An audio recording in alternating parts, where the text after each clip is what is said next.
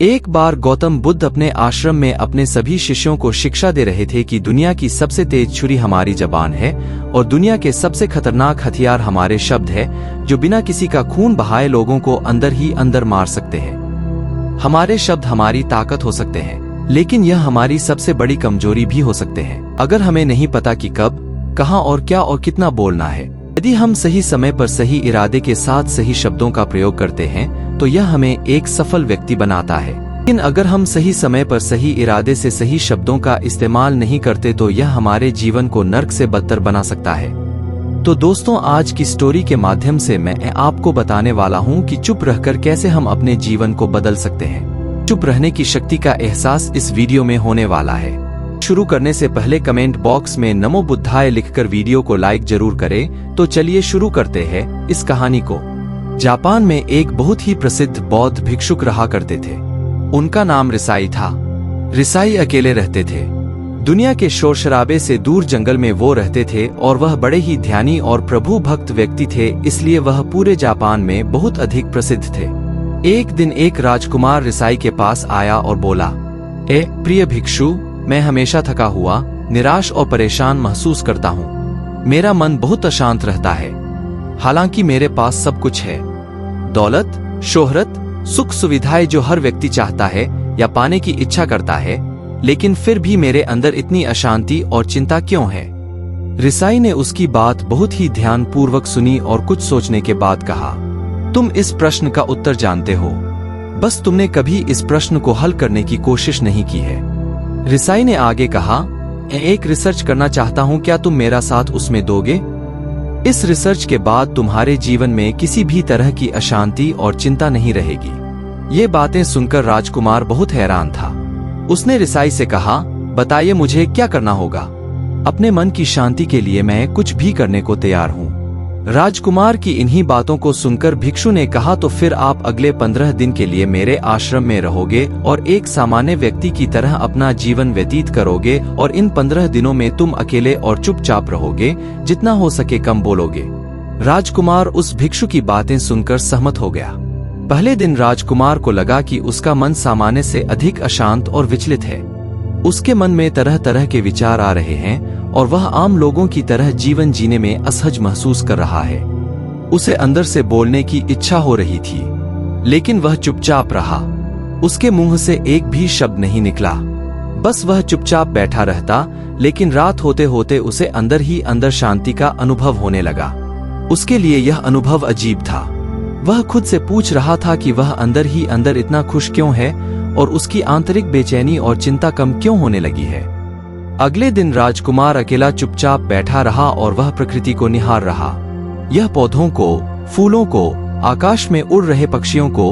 वह अपने जीवन में पहली बार यह अद्भुत दृश्य महसूस कर रहा था कि उसके पास कितनी सुंदरता है। वह दिन भर प्रकृति की सुंदरता को निहारता रहता और उसकी ताजगी को महसूस करता रहता। इसी तरह से 10 दिन बीत गए और उसके मन की सारी बेचैनी, सारी हलचल, सारी उथल पुथल और सारा तनाव गायब हो गया।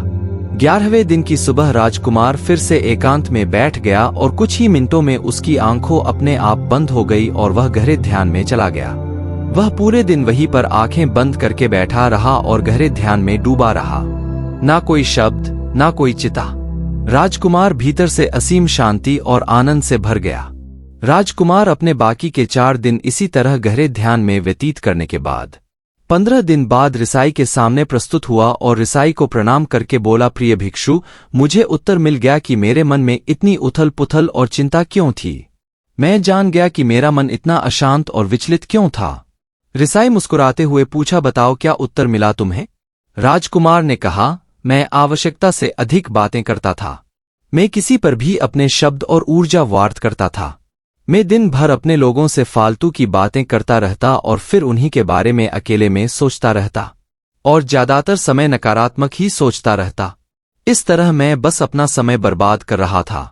ज्यादा बोलने और नकारात्मक सोचने की वजह से मेरा मन अशांत और बेचैन हो गया था और इसी वजह से मैं किसी भी काम को ठीक से नहीं कर पा रहा था, जिसकी वजह से मैं हर काम में असफल होने लगा और फिर इन्हीं लगातार मिलने वाली असफलताओं की वजह से ही मैं और भी उदास और चिड़चिड़ा हो गया।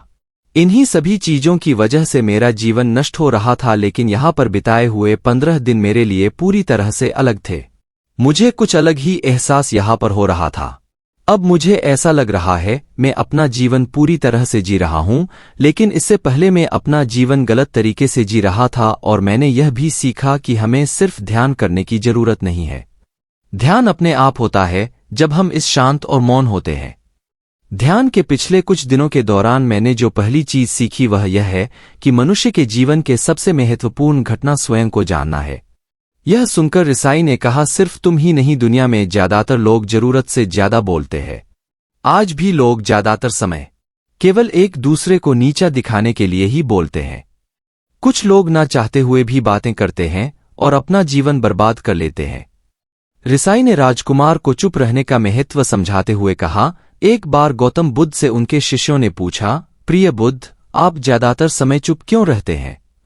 बुद्ध ने कहा, क्योंकि ग्रुप रहने से व्यक्ति अंदर से अनंत शांति की गहराइयों में होता हूं। मौन अपने भीतर उतरने की पहली सीढ़ी है। मौन के बिना स्वयं को जानना असंभव है। स्वयं को जानने और समझने का पहला नियम है कि मौन हो जाओ, उतना ही बोलो जितना अत्यंत आवश्यक हो, बेफिजूल की बातें करना छोड़ दो। तुम अचानक पाओगे कि 90% से भी ज्यादातर लोग व्यर्थ ही ज्यादा बोलकर अपना समय बर्बाद कर रहे हैं। न बोलने का कोई भी नुकसान नहीं है, लेकिन यदि आप ज्यादा बोलते हैं तो आप अत्यधिक गलती कर देते हैं। अगर व्यक्ति कम बोलना शुरू कर दे दो, दुनिया की 90% मुसीबतें कम हो जाएगी, झगड़े फसाद कम हो जाएंगे, उपद्रव कम हो जाएंगे, अदालतें कम हो जाएगी। अगर लोग थोड़ा चुप रहना सीख लिए, संसार की बहुत सारी समस्याएं हैं, बहुत सारा उपद्रव सिर्फ बोलने से पैदा होते हैं। सारी बात मौन सीखने की है। जब तुम नहीं बोलते तब तुम एकांत में अकेले हो गए। भरे बाजार में भीड़ में खड़े हो नहीं बोलते, हिमालय के शिखर में पहुंच गए। जिसने मौन की कला जान ली वो भीड़ में भी अकेले होने की कला जान लेता है। वो अपने भीतर ही डुबकी लगाने लगता है। एकांत में तो आदमी स्वर्ग में है, दूसरे की उपस्थिति ही बेचैनी पैदा करती है। पहले तुम्हें चुप रहने की शक्ति को धारण करना होगा।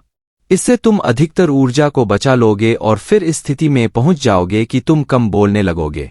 अगर तुम किसी के यहां पर जा रहे हो और परेशान हो जाओ तो ऐसे में उचित है कि आंखें बंद कर लो और अपने में खो जाओ। वहां से आपको ताजगी महसूस होगी, क्योंकि तुम्हारे अंदर ही जीवन का वो स्रोत छिपा हुआ है, वह किसी दूसरे में नहीं है।